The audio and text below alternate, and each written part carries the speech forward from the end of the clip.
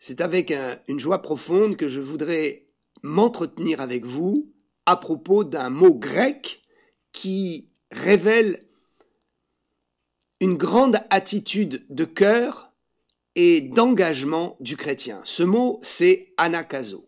Que veut dire anakazo? Eh bien, il faut expliquer ce mot parce que la réalité qui se cache derrière ce mot est tellement glorieuse. Le problème, c'est que si il y a une mauvaise explication ou une mauvaise compréhension, ce mot peut entraîner une idéologie qui serait dévastatrice pour la vie du chrétien. Donc je veux expliquer avec clarté et vous encourager à entrer dans la bénédiction, l'onction et la dimension de ce que ce mot anakazo veut dire. Luc chapitre 14, verset 23. Le maître dit au serviteur, « Va dans les chemins et le long des haies, et ceux que tu trouveras, contrains-les d'entrer afin que ma maison soit remplie. » Il s'agit là d'une parabole qui nous parle d'un repas de noces, d'un repas merveilleux, glorieux, et d'une invitation très large. Pourquoi? Parce qu'il y a beaucoup de place pour ce festin. Je ne vais pas rentrer dans les détails de cette parabole, il y aurait tellement de choses à dire, mais je vais m'attacher à ce mot « contraindre », qui est en fait la traduction du mot grec « anakazo ». Ce mot grec « anakazo », traduit par « contraindre », va tout à fait dans le sens prophétique de ce que le Seigneur m'a montré, que j'ai pu vous partager il y a très peu de temps, 2 ou 3 semaines en arrière. J'ai dit que le Saint-Esprit m'avait montré clairement qu'il y avait maintenant une exponentielle dans l'urgence d'annoncer l'Évangile. Une urgence d'annoncer l'Évangile. Nous devons être des chrétiens qui préparons la voie du Seigneur, qui préparons la venue glorieuse du Saint-Esprit à travers les écluses des cieux qui vont se manifester par un réveil mondial et puissant qui est à la porte. Nous en avons déjà les prémices, mais ce réveil va nous surprendre par la puissance et l'ampleur de sa capacité à attraper les âmes, à nous entraîner dans la moisson et à nous permettre de tirer les filets remplis de poissons. C'est ici une image. Nous allons être pêcheurs d'âmes, pêcheurs d'hommes comme jamais auparavant. Mais le Seigneur dit, il faut toujours un cœur, il faut toujours une manifestation de la foi pour préparer ce que le Saint-Esprit fait, pour préparer ce que Jésus va faire.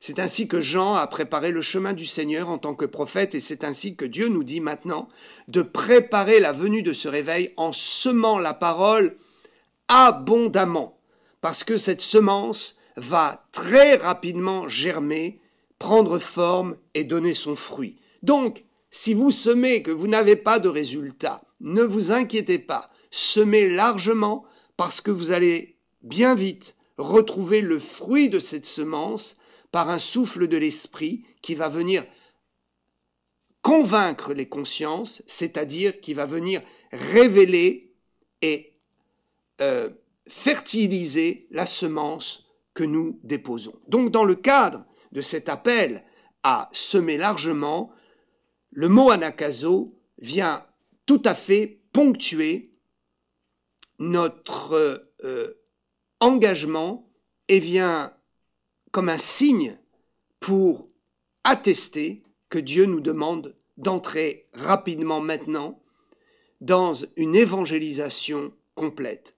Si vous n'avez pas encore évangélisé les gens de votre famille, si vous n'avez pas encore évangélisé vos voisins que vous côtoyez, la caissière du supermarché, la boulangère, je ne sais qui, des amis proches, si vous avez été retenu jusqu'à présent, je l'ai dit il y a 15 jours, 3 semaines, le Saint-Esprit dit c'est le temps de vous faire violence, de croire et d'annoncer largement parce que la tempête qui vient va être terrible, soudaine, mais le réveil aussi. Donc, comment évangéliser? Eh bien, dans cette parabole, nous sommes surpris de voir que le mot contrainte est réellement un mot puissant qui peut même être choquant parce que contraindre, ça veut dire aller très loin pour pratiquement obliger la personne à se convertir. Alors, ce mot est très fort, anakazo, c'est un mot très très fort, obligé, contraindre, c'est vraiment la traduction de ce mot. Forcer, c'est vraiment la traduction de ce mot. Donc, si nous raisonnons d'un point de vue humain, nous allons faire naufrage parce que nous risquons d'entrer dans un délire psychologique religieux, dans un délire religieux qui va nous conduire à du fanatisme et qui va nous amener à contraindre de la mauvaise façon et d'une façon charnelle. Contraindre les personnes à accepter l'évangile se fait par des moyens spirituels, des moyens légaux dans le monde spirituel et également par rapport à la légalité de la conscience. Je vais m'en expliquer. Je dis donc tout de suite qu'il y a deux manières de contraindre. Il y a une manière qui est absolument diabolique, et puis il y a une manière qui est très spirituelle. Autrement dit, on peut contraindre par la force, on peut contraindre par la dictature, on peut contraindre par la peur, mais l'Évangile nous montre clairement que nous devons contraindre par des moyens spirituels, bibliques, des moyens de respect de l'individu. Donc deux types de moyens. Je vais développer évidemment le moyen le plus sain, le moyen de vérité. Le texte et la parabole a été écrit dans un but, nous amener à être des violents pour Dieu et à évangéliser et à insister et à amener toutes les preuves et les arguments pour que la conscience de la personne soit éveillée. Donc nous avons un rôle. Ceux qui évangélisent timidement n'ont pas compris que cette parabole est tout à fait claire et que cette parabole nous ramène à l'engagement chrétien. Il faut du courage. Oui, frères et sœurs, il faut du courage pour évangéliser. Deux types de contraintes. La première, c'est la vraie, c'est celle qui est salutaire, c'est celle qui est légale au niveau des lois spirituelles, qui est légale devant Dieu, cette contrainte que nous allons appliquer et qui va porter du fruit sans pour autant retirer la liberté d'autrui. Je prendrai tout de suite un exemple, c'est dans Jean chapitre 12 et verset 32. Jésus disait « Et moi, quand j'aurai été élevé de la terre, j'attirerai tous les hommes à moi. » Le mot « attirer » ici est bien traduit, il ne s'agit pas d'anakazo. Je veux simplement donner un exemple de dans quelle mentalité, de comment nous devons appliquer ce mot anakazo et comment nous devons contraindre les personnes à venir dans l'évangile. Eh bien, il y a une sainte contrainte qui consiste à être un témoignage puissant, à montrer que nous servons un Dieu vivant, à donner envie aux gens.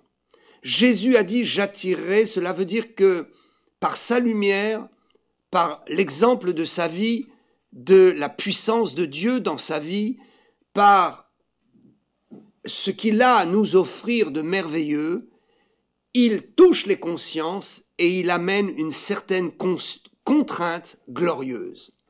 Nous voulons donc être à l'exemple de Jésus et attirer les hommes, attirer les personnes autour de nous en allumant quelque chose dans leur conscience et dans leur cœur qui va leur donner envie, cette envie si forte qui sera comme une contrainte en eux. Éveiller une contrainte en eux, en éveillant leur conscience, parce que leur conscience leur dira « Il y a quelque chose de bon ici.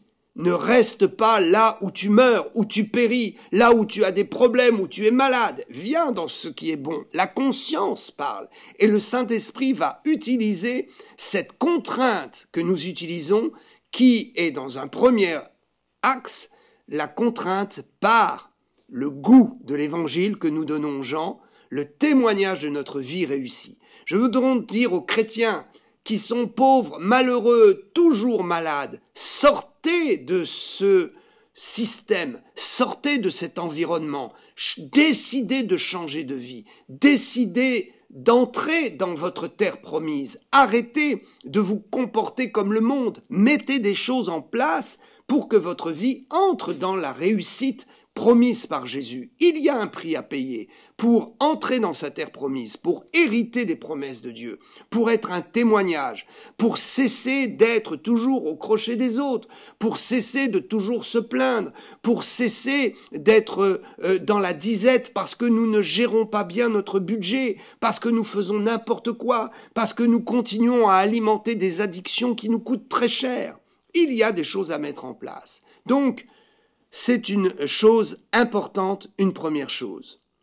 Attirons les gens à Christ par notre témoignage. Deuxième chose, 2 Timothée 4, 2. Prêche la parole, insiste en toute occasion, favorable ou non, reprend, censure, exhorte, avec toute douceur et en instruisant. Nous pouvons presser les gens. Nous pouvons mettre une pression sur leur conscience et leur cœur par la douceur et par l'instruction, par une sainte instruction, par un moyen qui est la conviction véhiculée par l'argument de la parole. Dans ce texte de Paul à Timothée, nous voyons qu'il faut insister. Ce n'est pas en annonçant une fois l'évangile que vous allez réussir à renverser les forteresses de ténèbres qui tiennent liées l'âme. Il faut atteindre le cœur, il faut atteindre la pensée, la conscience. Donc il faut prendre du temps, il faut suivre les gens. Il ne faut pas s'arrêter en disant « Oh, j'ai semé, j'ai parlé de Jésus, Dieu fera le reste ». Non, il faut continuer à entretenir le dialogue, il faut continuer à inviter. Et ne croyez pas qu'il y ait des moments favorables ou non. Il y a effectivement des moments que le Saint-Esprit nous donne, et ce sont des moments précieux, des ouvertures que Dieu fait lui-même. Mais que si nous mettons de côté les occasions créées par le Saint-Esprit, Dieu nous dit, nous avons toujours occasion d'apporter la parole de Dieu. L'important, c'est de le faire en bonne intelligence et dans la douceur pour ne pas contraindre dans le sens d'obliger ou d'amener par le fanatisme religieux une dictature et un légalisme dans la vie des gens, en leur disant des choses qui ne vont pas les engager à suivre la voie que nous leur montrons. Montrez-leur un évangile de grâce, ne leur montrez pas un évangile de condamnation. C'est cela annoncé dans la douceur et annoncé intelligemment.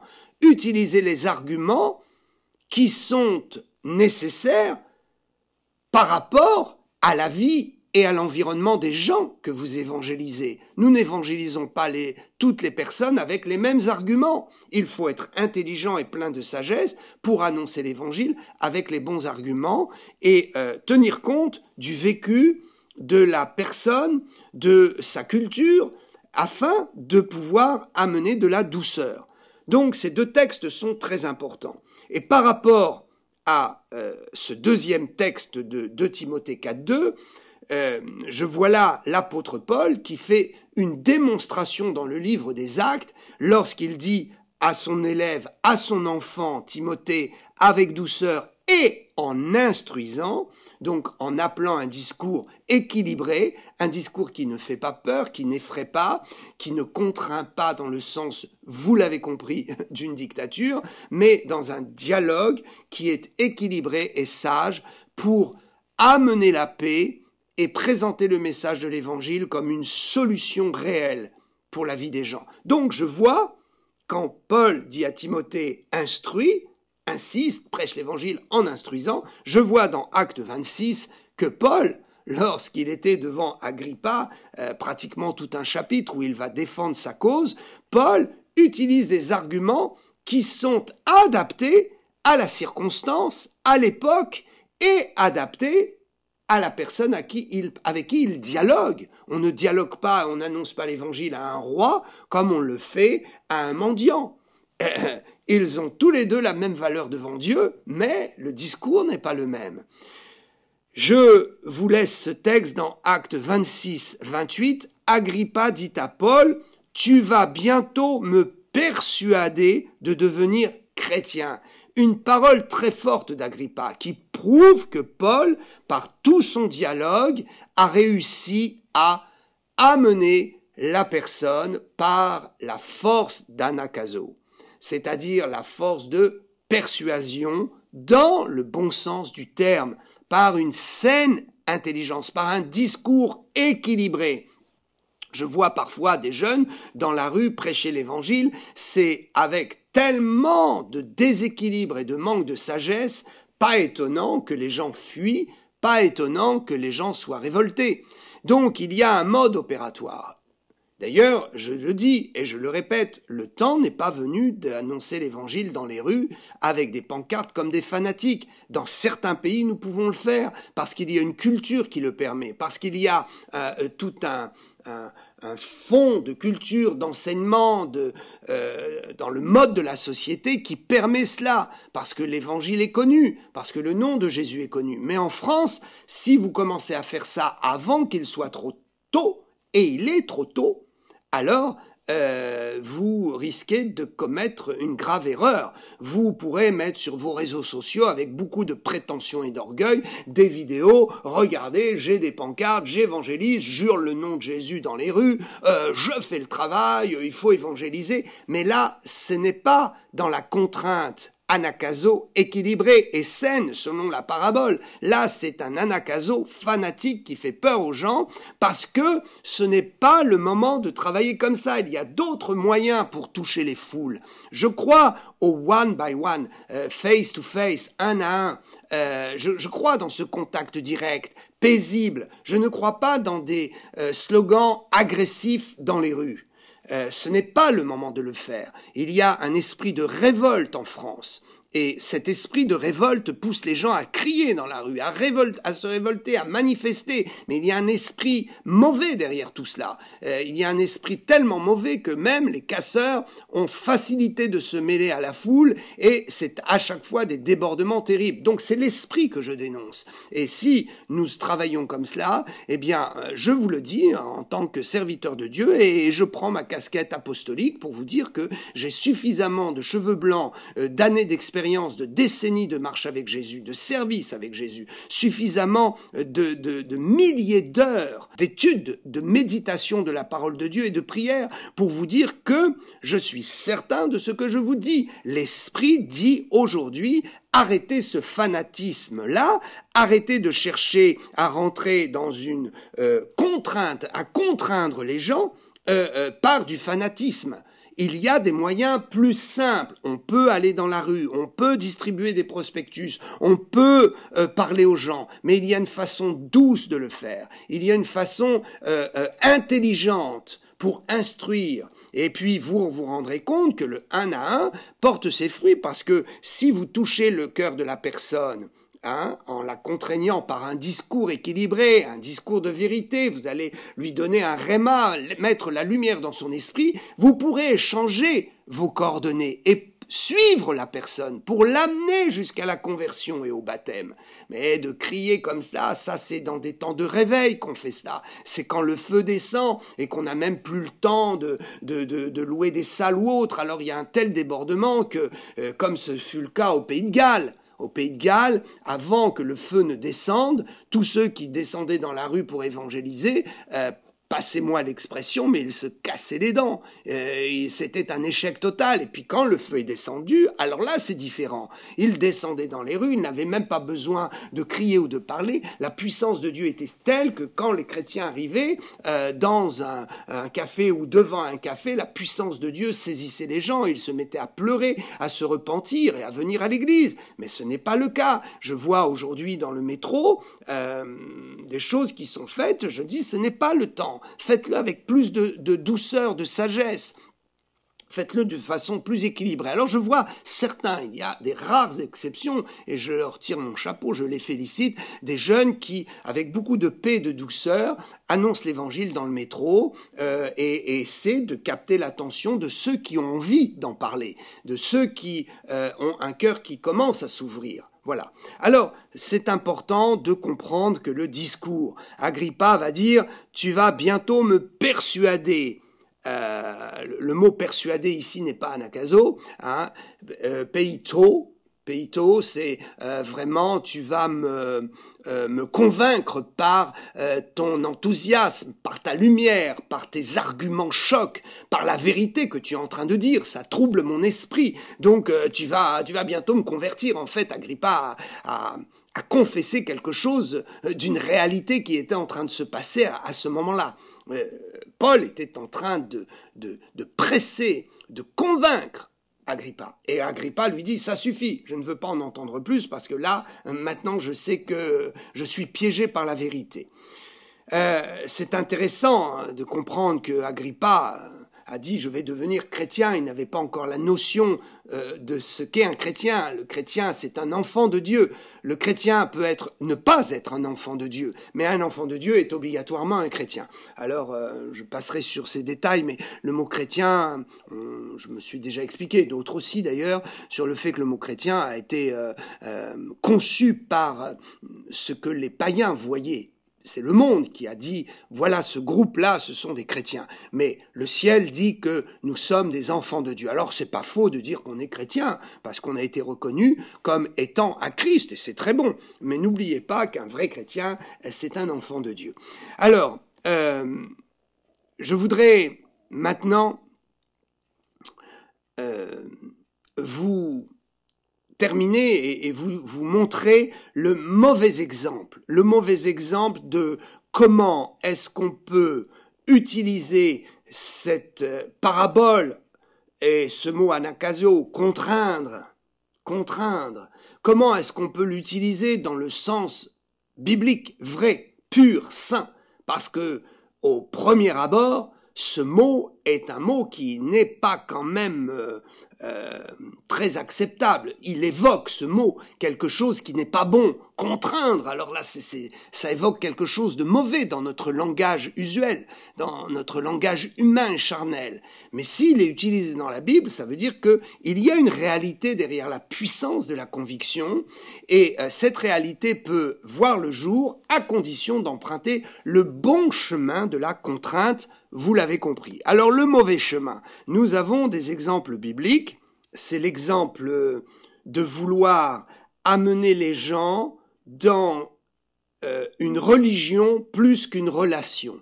Oui, emmener les gens dans une religion et non dans une conversion qui bouleverse la vie et qui amène la nouvelle naissance.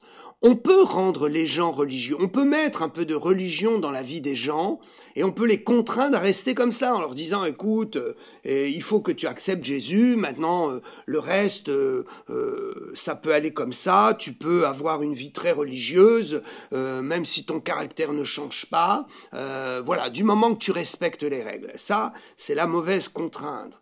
La contrainte à devenir religieux et ne pas avoir une relation avec le Saint-Esprit. Convainc-les. Dans la parabole, c'est écrit « Convainc-les d'entrer afin que ma maison soit remplie. » Rentrer, on va les convaincre pour aller où? On va les entraîner où? Surtout pas dans la religiosité. Surtout pas dans la religiosité. Nous allons lire Galates 2,14. Voyant qu'il ne marchait pas droit selon la vérité de l'Évangile, il dit à Céphas en présence de tous, « Si toi, qui es juif, il dit, donc c'est Paul qui va dire à ces phases à Pierre. Si toi qui es juif, tu vis à la manière des païens, et non à la manière des juifs, pourquoi forces-tu les païens à judaïser? Le mot ici, forcer, pourquoi forces-tu? Le mot forcer et anakazo, c'est le Strong 315 pour ceux qui travaillent avec les numéros Strong pour repérer les mots grecs. Vous tapez le Strong 315 et vous allez voir que notamment le mot anakazo est utilisé 9 fois dans le Nouveau Testament. Et parmi ces 9 fois, nous le trouvons ici, traduit par Louis II avec le mot forcé, mais c'est le même, ça veut dire pourquoi les contrains-tu de judaïser. Alors il ne faut pas utiliser la force de nos arguments spirituels, la force des arguments bibliques pour amener les gens dans la loi, dans le légalisme, dans ce que nous appelons la vie religieuse qui ne connaît pas de relation. Nous voulons emmener les gens dans une transformation de vie et dans une religion, entre guillemets, qui soit réellement une rencontre avec Dieu qui efface tous les dogmes humains, toutes les règles religieuses humaines et qui entre dans le véritable christianisme tel que la Bible nous le montre, tel que le Nouveau Testament nous le montre, tel que Jésus nous a enseigné. Pourquoi les contrains-tu? Toi qui as l'argument, toi qui as la lumière, toi qui as le bon schéma, les bons outils, le bon mode opératoire, pourquoi Pierre? Maintenant, tu les contrains, mais dans une mauvaise voie. Tu utilises cette contrainte pour les lier dans le judaïsme, pour les lier dans la loi. Ce n'est pas bien. Et nous disons à tous les pasteurs, les conducteurs spirituels qui entraînent les brebis dans un légalisme terrible, dans ce que nous appelons le pharisianisme, l'hypocrisie religieuse, tous ceux qui amènent les gens à être durs et à être fanatiques, eh bien, ça, ce n'est pas la bonne démarche et la parabole, et donc Jésus, Dieu, ne nous permet pas de contraindre pour arriver à ce résultat. Galates 6,12, dans la même pensée, tous ceux qui veulent se rendre agréables selon la chair vous contraignent à vous faire circoncire uniquement afin de n'être pas persécutés pour la croix de Christ. Éviter la souffrance, la persécution, la mort à soi-même, éviter la croix par l'adhésion à une forme de vie chrétienne religieuse convenable qui répond à des codes d'un environnement, d'un enseignement, d'un dogme et d'une pratique de la vie chrétienne qui serait complètement à l'opposé de la liberté et de la vie du Saint-Esprit et de la réalité de la mort à soi-même. Donc ici je prends un texte qui est dans son contexte évidemment illustré par la circoncision. Tous ceux qui veulent se rendre agréables selon la chair, tous les chrétiens qui veulent se rendre agréables pour éviter les problèmes, eh bien, ils vont se laisser contraindre de répondre à la loi de Moïse et à la circoncision qui a été accomplie par Jésus. Alors si nous traduisons cela aujourd'hui dans notre monde actuel, nous pouvons dire que certains, pour éviter la vraie mort à soi-même, pour éviter la vie de l'esprit, les contraintes, glorieuses contraintes de la vie du Saint-Esprit, eh bien, ils vont se laisser convaincre, contraindre, et donc ici dans le mot la chair vous contraigne, ils vous contraignent, tous ceux qui veulent se rendre agréables selon la chair vous contraignent, c'est le mot 315, donc anakazo. Donc ce mot qui est ici mis en avant pour montrer une mauvaise utilisation de la contrainte, une mauvaise direction. nous contraignons dans une mauvaise direction. Or, Dieu ne veut pas ça, puisque dans la parabole, je le répète, il est dit que nous devons contraindre quoi? À remplir l'espace de la maison du Seigneur. Donc cet espace de gloire, de félicité, où Dieu se manifeste, l'espace de sa maison, c'est son royaume, les guérisons divines, la liberté, la délivrance des addictions, des esprits démoniaques, des esprits nocturnes, des esprits de poursuite. Oui, il y a des esprits de poursuite de nos ancêtres, les esprits qui viennent de nos ancêtres et qui ont poursuivi ceux qui sont morts avant nous et qui ne sont plus de ce monde et qui ont vécu dans la famille des vies abominables. Les démons, eux, sont toujours en liberté, ils poursuivent le courant familial. Donc, aujourd'hui, nous pourrions dire, faites attention, ne vous laissez pas entraîner, convaincre, ne vous laissez pas entraîné par cette contrainte de vivre une vie qui ne serait pas une vie selon l'esprit et une vie qui vous éviterait la croix et la mort à vous-même. Je crois que nous avons compris la mauvaise façon de convaincre, et donc celle que je viens d'évoquer, parce qu'elle entraîne dans une voie qui semble être bonne et qui utilise des arguments spirituel, chrétien et religieux, mais qui entraîne dans une voie mauvaise, parce que c'est une voie d'enfermement, de contrainte à rester dans un cachot, à être privé de sa liberté et à souffrir du joug de la loi. Nous sommes sous la grâce. Jésus nous a libérés de la loi, des contraintes, du fanatisme. Il veut que nous vivions paisiblement dans la foi et dans la grâce. Alors, une autre façon de contraindre comme il ne faut pas, évidemment, c'est par la violence, c'est par la menace, c'est par la privation de liberté. Paul avait vécu cela et il en est sorti. Acte 26, 11 nous dit quoi? Paul dira « Je les ai souvent châtiés ». Alors là, je reprends le discours devant Agrippa. Acte 26, il parlait des chrétiens. Je les ai châtiés. Le mot châtier ici en grec est très fort. Il dit qu'il les a amenés jusque même au meurtre, au sang. Dans toutes les synagogues, il les poursuivait. Je les ai souvent châtiés dans les synagogues et je les forçais à blasphémer. Dans mes excès de fureur contre eux, je les persécutais même jusque dans les villes et les villes étrangères. Ce texte est fort puisque le mot ici, qui est emprunté par Louis II dans la traduction, qui dit « je l'ai forcé », est le mot « anakazo », le mot Strong 315. Donc Paul est conscient qu'il doit, lui maintenant, dans son rôle d'apôtre, de forcer, de convaincre, afin que les gens entrent dans l'évangile. Il sait qu'il doit contraindre, selon le mot anakazo. Mais il dénonce le fait qu'avant, il n'avait pas compris comment il fallait contraindre. Parce qu'il explique qu'il utilisait la voie de la contrainte pour arriver à ses fins parce qu'il pensait servir Dieu, mais en fait, il utilisait la force, le châtiment, la méchanceté.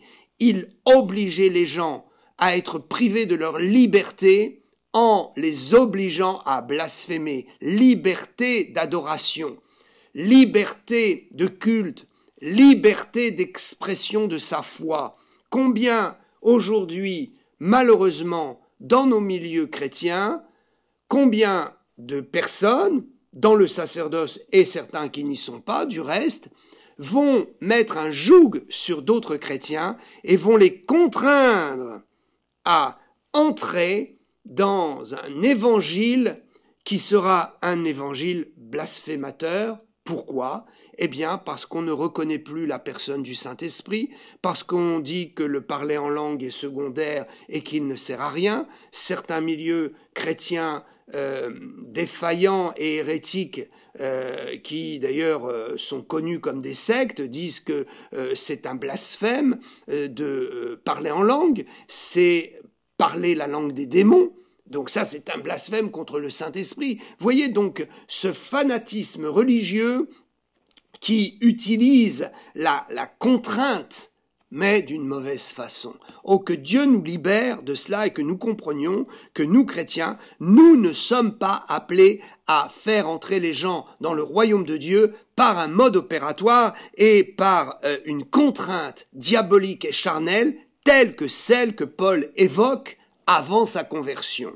Il est dit également dans Actes 9.1, Saul respirait, donc Paul respirait encore la menace et le meurtre contre les disciples du Seigneur, se rendit chez le souverain sacrificateur. Donc, il est dit qu'il était rempli de fanatisme religieux. Il était rempli de quoi? De meurtre et de menaces. Sa voix de contrainte était une voix de contrainte charnelle, destructrice, diabolique. Il faut veiller à cela, frères et sœurs. Nous devons veiller à cela. Je crois que je fais le tour, en tout cas il y aurait peut-être d'autres choses à dire, mais j'ai fait le tour, j'ai brossé en tout cas le socle, le fondement de la compréhension de ce mot anakazo et de la compréhension de Luc 14, 23, où certains évidemment se sont interrogés sur ce mot très fort, contrains-les d'entrer afin que ma maison soit remplie. Je vous invite à utiliser la saine contrainte. Je vous invite à avoir plein de feu, de zèle et d'enthousiasme et de comprendre que cette parabole nous demande d'être des chrétiens engagés, enthousiasmés, qui vont attirer les hommes dans le royaume de Dieu selon les explications que je donnais en crucifiant la chair et en jetant loin de nous toute méthode qui serait diabolique, irrespectueuse et qui irait à l'encontre de la pensée biblique de cette parabole où Dieu nous parle directement pour nous encourager à aller dans la moisson, allez-y, insistez, prêchez l'évangile et faites-le avec beaucoup de douceur et d'intelligence. Que Dieu soit loué, que Dieu soit loué. Je crois que vous et moi, nous allons refléter la gloire de Dieu et que nos vies attireront et éveilleront la conscience de tous ceux qui nous voient vivre afin qu'ils soient sauvés et qu'ils entrent dans le royaume de Dieu.